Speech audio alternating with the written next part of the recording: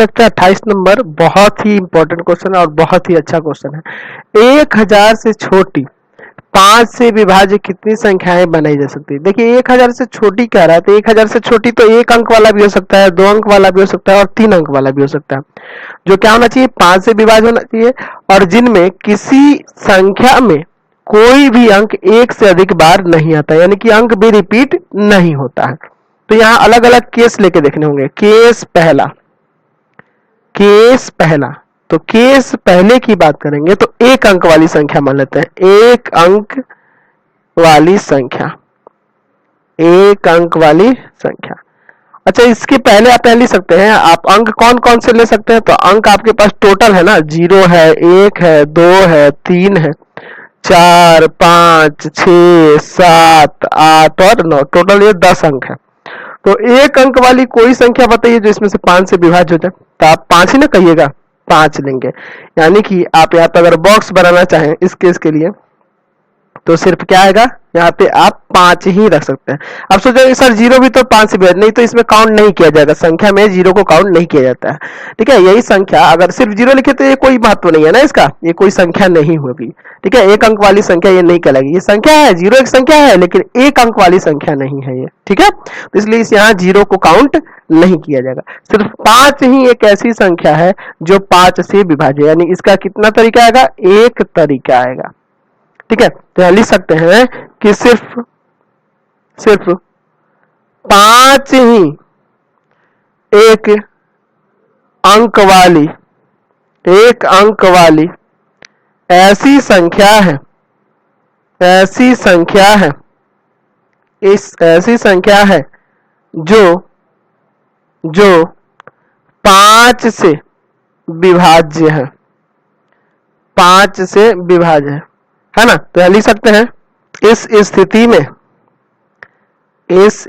में बने संख्याओं की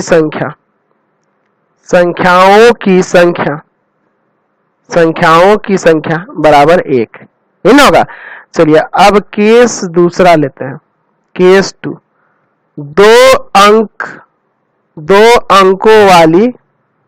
2 अंकों वाली संख्या के बारे में चलते हैं।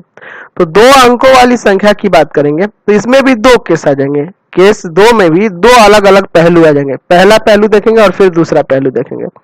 आपके पास पहले ऊपर बताए हैं कि आपके पास अंक कौन कौन से हैं, लिख देते हैं घेर के याद दिलाने के लिए। 0 है, 1 है, 2 है, 3 है, 4 है, 5, 6, 7, 8, 9, ये टोटल 10 संख्या है। तो इसमें पहला पहलू क्या होता है, केस दूसरे के अंदर फर्स्ट पहलू क्या होता है?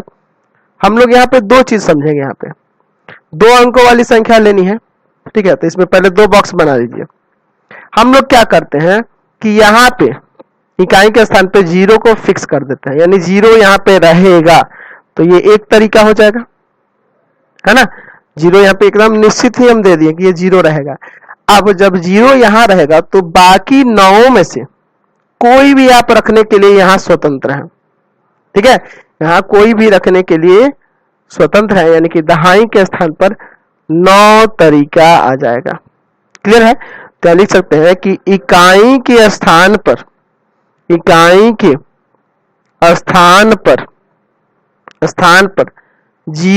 रखने पर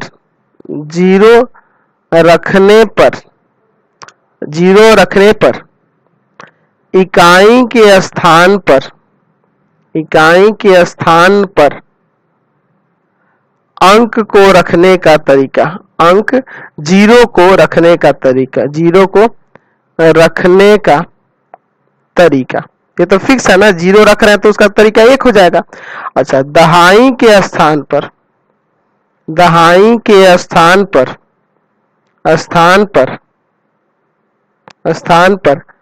अंकों को रखने का तरीका 9 हो जाएगा। इसलिए इस स्थिति से बने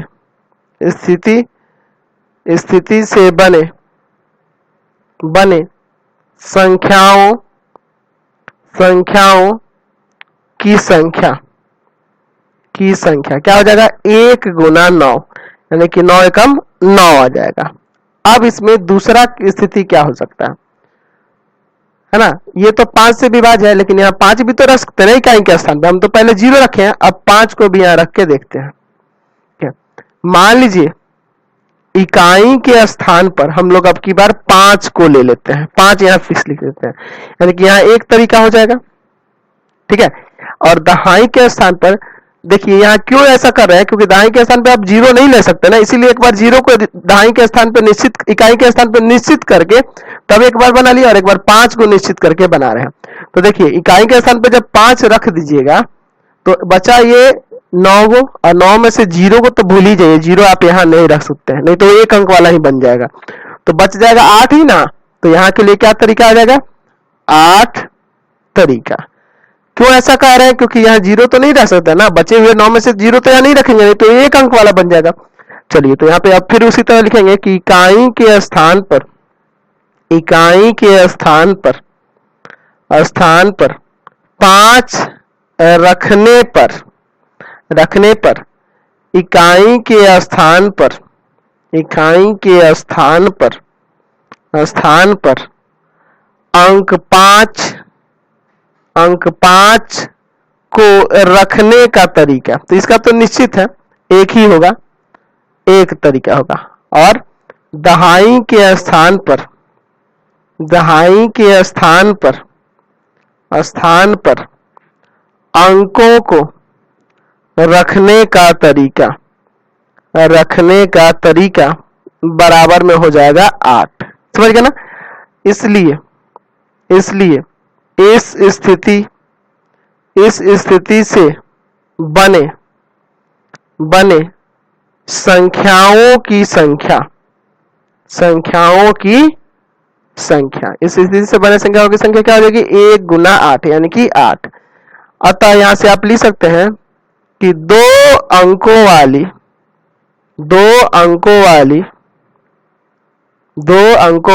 5 से विभाज्य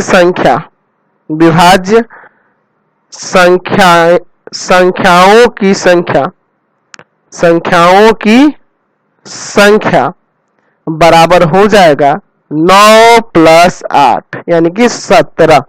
तो 2 अंक वाली ऐसी 2 अंक वाली 5 से विभाज्य होने वाली संख्याओं की संख्या कितनी हो जाएगी, 17। और इसमें क्या ये भी ध्यान देना था ना कि अंक रिपीट ना करे, ये भी ध्यान था, ठीक है। अब हम लोग केस तीसरा लेते हैं, जब 3 अंक वाला होगा तब, क्योंकि आपके क्वेश्चन में कह रहा था ना 1000 से छोटी, तो 3 अंक वाला भी हो सकता है। केस तीसरा, 3 अंकों वाली संख्या, 3 अंकों वाली संख्या के बारे में चलते हैं। तो 3 अंकों के लिए 3 बॉक्स बनाना पड़ेगा, ठीक है। 3 बॉक्स पहले बना लेते हैं, फिर आगे बात करेंगे हम लोग। चलिए 3 बॉक्सेस हो गए। अब थोड़ा ध्यान से समझिए, इसमें भी 2 अलग अलग स्थिति आ जाएंगी। केस थर्ड में भी 2 अलग अलग रूप हो जाएंगे, स्वरूप हो जाएंगे। पहले हम लोग यहाँ पे 0 को फिक्स कर लेते हैं। 0 को जब निश्चित रखिएगा इकाई के स्थान पे, है ना, तो आपके पास संख्या कौन कौन सी थी याद है आपको, यहाँ लिख देते हैं फिर से दोबारा ताकि याद रहे। 0 1 2 3 4 5 6 7 8 9 सभी संख्याएं थी। तो यहाँ जब 0 निश्चित कर दिएगा तो इसके लिए एक तरीका हो जाएगा। अब आप यहां से शुरू, सैकड़ा के स्थान से शुरू करिए। हम कहें कि सैकड़ा के स्थान पर, है ना, आप बची हुई इन 9 में से कोई भी रख सकते हैं, यानी यहाँ पे रखने का तरीका कितना हो जाएगा, 9 तरीका, ठीक है। अब इन 9 में से कोई एक रख देंगे तो बच जाएगा 8 ना, तो दहाई के स्थान पे कितना तरीका हो जाएगा, 8 तरीका। समझ गए।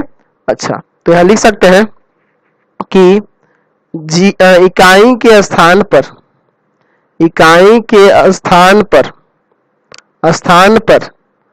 0 रख देने से या रखने से क्या यहाँ पे क्या बचा, ये सैकड़ा है, सैकड़ा के स्थान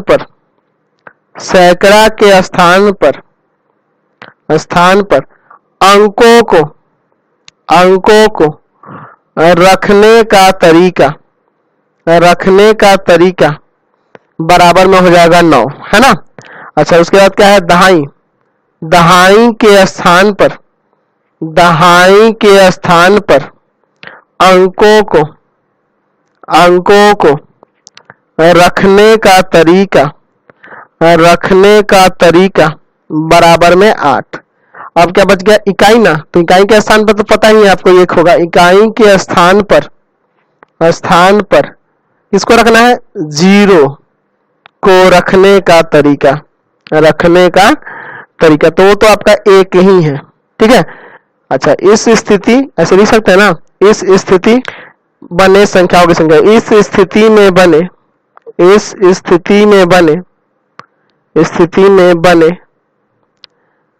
संख्याओं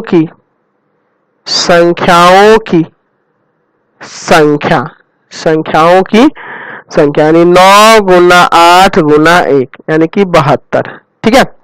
चलिए अब इसमें का दूसरा हिस्सा देखते हैं, ठीक है। फिर आप 3 बॉक्सेस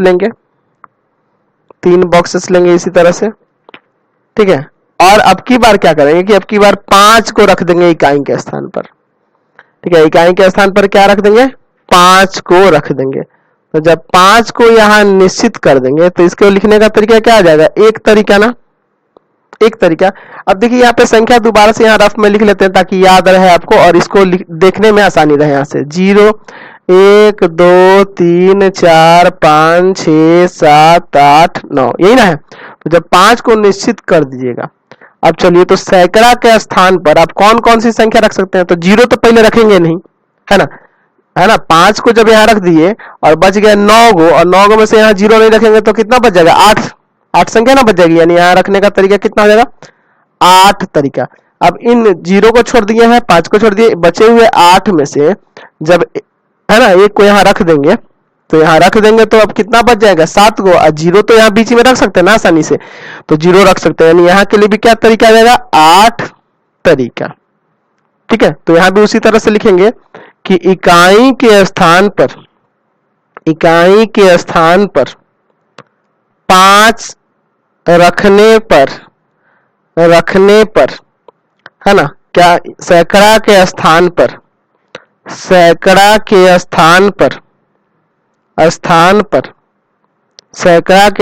पर अंकों को रखने का तरीका बराबर में हो जाएगा 8। फिर दहाई के स्थान पर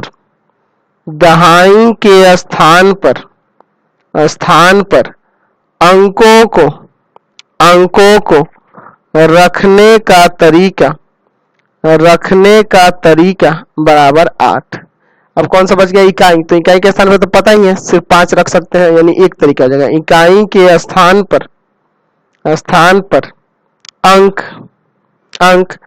5 को रखने का तरीका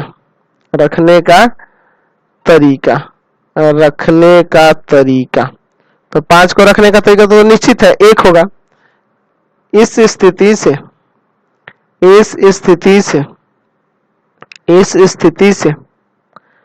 बने संख्याओं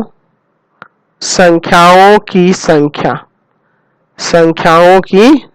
यानी हो जाएगा 8 गुना 8 गुना 1, 8 कितना जाएगा, 64 आ जाएगा।